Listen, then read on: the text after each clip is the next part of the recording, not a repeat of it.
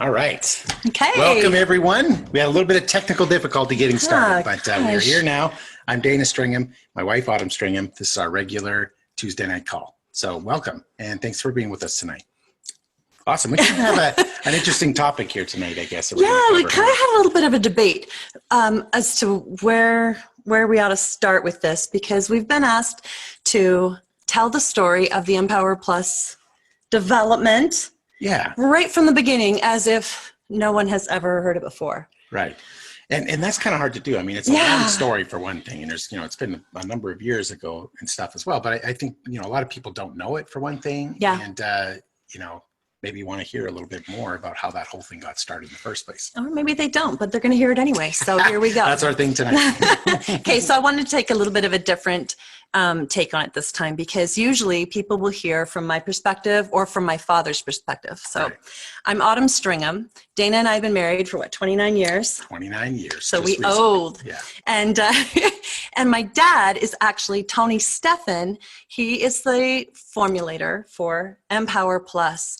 And EMPowerplus is a micronutrient formulation that was developed back in 1995, late 95. I started taking it January of 96, but it was developed specifically for me and for my brother. And we'll get to why that is. But strange story. Like, so weird that, those rag magazines that are like exaggerate everything, like the Inquirer or whatever. Watch me get sued for saying that. Yeah. But those guys, when they published, they didn't have to exaggerate the story. It is a very strange story. And it begins in... Well, it begins in the 80s, really. But it begins in a church hallway. Actually, is where it all began, which is interesting. Well, yeah, I think it starts before that.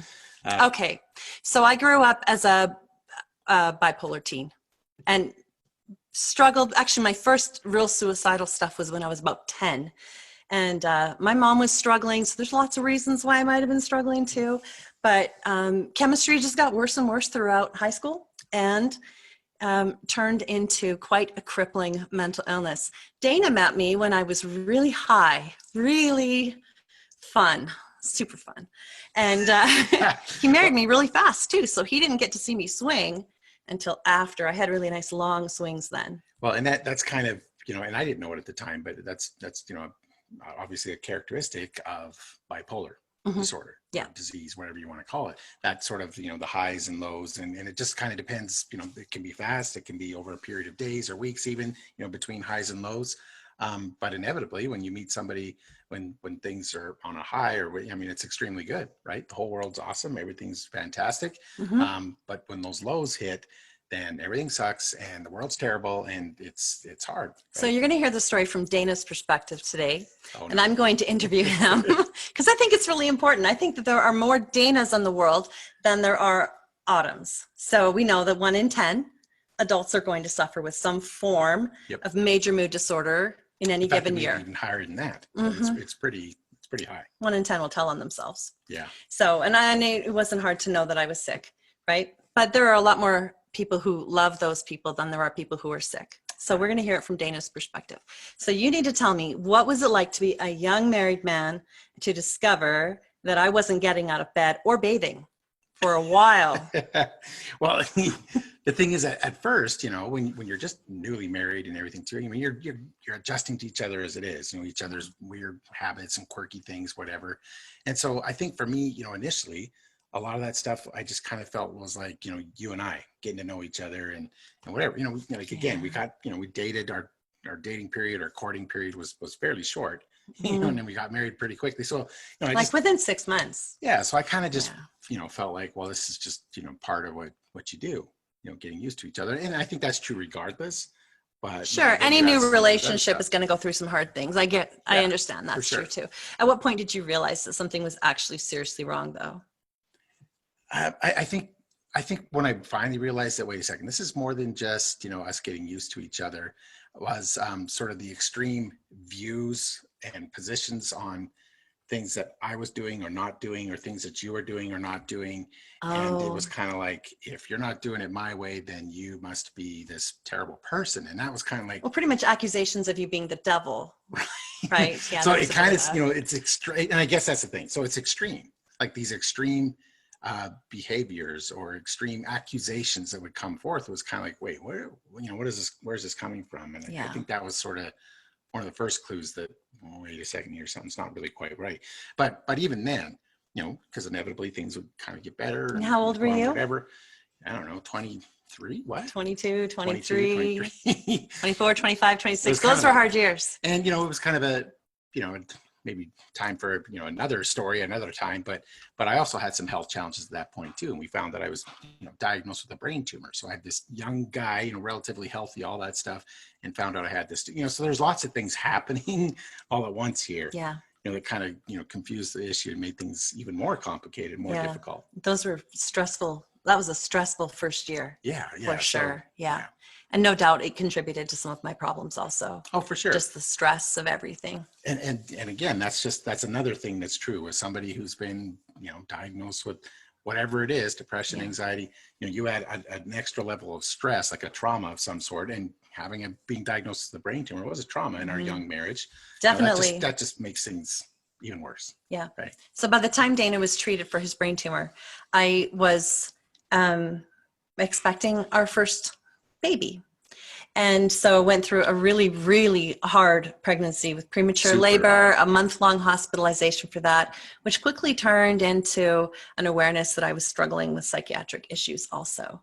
And I remember hearing the doctor talking to his student doctors outside of my bedroom. I don't think that they thought I could hear them, but they were gravely concerned for me and said that they couldn't put me in the psych ward on the 4th floor. They couldn't move me up there because I was premature labor. So they had to keep me kind of isolated on the baby floor. Right. That was a hard time. You were in school, things were rough. Okay, let's fast forward. Okay. We have the baby, your brain tumor's out. All things should be coming back together. Yeah. And I go to the doctor and I was diagnosed with postpartum depression initially. And the story behind that was pretty, that was a difficult situation as well when we finally realized, when I finally realized that something was seriously wrong and we actually needed some medical help. It was something more than just, again, getting used to a new baby and, the whole routine and stuff, no sleep, whatever. That's rough for sure. Right. But there's some things that happened that was like, okay, we need to get you checked out. Yeah. So a few weeks into my treatment, we had moved to a new apartment. And I woke you up on a Saturday morning in an absolute fit.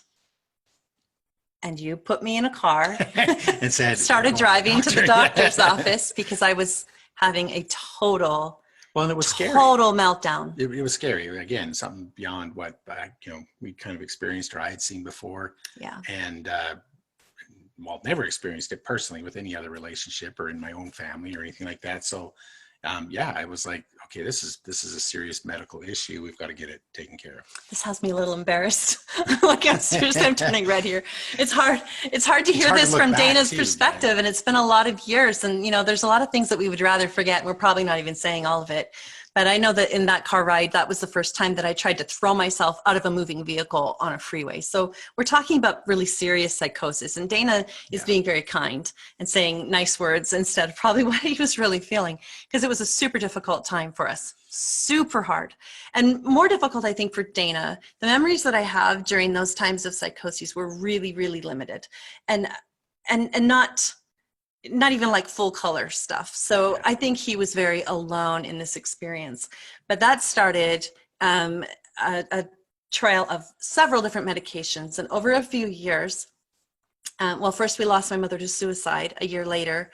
And then again, add another trauma. More medications, hospitals, and everything. We kind of got to the end of our rope at some point where you had made a deal with my psychiatrist. So this was after I had lived in the hospital for about a month, come back on medications. Medications were failing. I just could not get stable. I was redecorating the house with a belt sander in the middle of the night.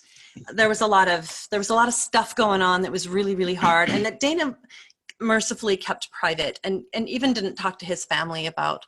And who would have thought that we'd be here on a live talking about it now? Oh my goodness. And again, it's taken us 25 years. We've talked about this on some level before. You wrote a book, for crying out loud, but it is tough no matter what to talk about this kind of stuff. And I think especially when you're right in the middle of it and you're going through it, And, you know, I knew that it was tough for you. I knew that it was embarrassing, all these kind of things. It's not like you were completely unaware of the behavior. It's just that, you know, so, you know, once again, I'm not going to be sitting there blabbering about this stuff. I love you. I want to take care of you. You know, we'll get through this kind of a thing.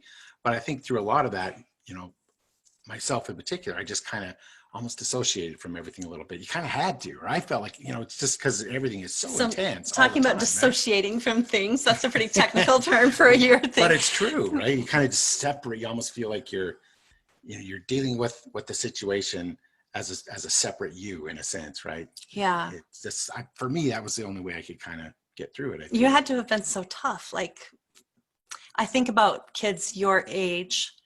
I think about kids we know now who are the age that you were at that time. And it breaks my heart for you, because I think, wow, that would have been a hard thing to go through as a young man, and really trying to maintain respect for me. You know, and that's the thing. I think about what you were going through though too. And that kind of helped me feel like, you know, okay, I can't be sitting here going, oh, you know, poor me. Look, she's the one that's in the hospital and on the medications and dealing with something that's not her fault and it can't be controlled. You know, so, you know, to be able to have a little bit of compassion in the situation too, you know, and you were compassionate. I mean, that was, I had to do that. Right? So it was kind of hard. This segment is going to come to an end. And we're going to keep telling this story until we're done. And it might take us a few weeks, but every Tuesday night, we're going to come back to this. But Dana, I want you to just share that experience that we remembered in the car. And I know I wrote about it in my book. It probably gave it like 2 sentences, but after the hospitalization and the suicide watch, I remember my side of this being embarrassed, sitting in a doctor's office and hearing you guys talking about me in front of me. But then you had to take me somewhere to check out a facility. Can you just tell about that experience? Like, what is it like to be 20? How old were you? 25? Not even, I don't think. 20. Yeah, maybe. I would have been 23. Oh, you were older than that. You were like, I don't know, 26 maybe. And we were checking out a long-term.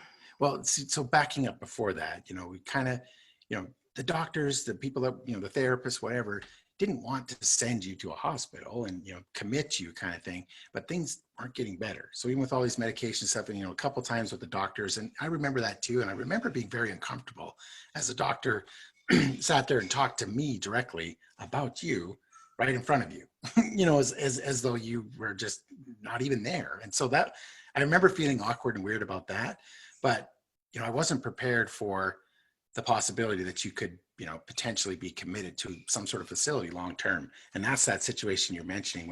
And I honestly had almost completely forgotten about it. Probably because it was so, you know, traumatic at that point. It's like, I am not, you know, what? No, you're 20 years old, whatever. This young, beautiful mom, you're not going to stay in this hospital long term. I was 23 at that point. Right. And so, I mean, for me, it was like, no, you know, no way. But I remember having to go and see this place and realize that could be a real possibility for you. So it was like, so my memory is that we had to drive like kind of out of town. Yep. And there was this long driveway, and then kind of came into a bunch of buildings. Like it looked like dormitories or something, right? Yep. And we went into a big building. Typical psychiatric hospital, long-term care facility kind of thing for people with psychiatric issues. For adults. Yeah, for adults. Long-term adult care. So I remember seeing a woman who had fallen from her chair in the lounge. And so she was on the floor and asking a nurse or somebody, you know, that was distraught for her. And they were just like, no, she's good.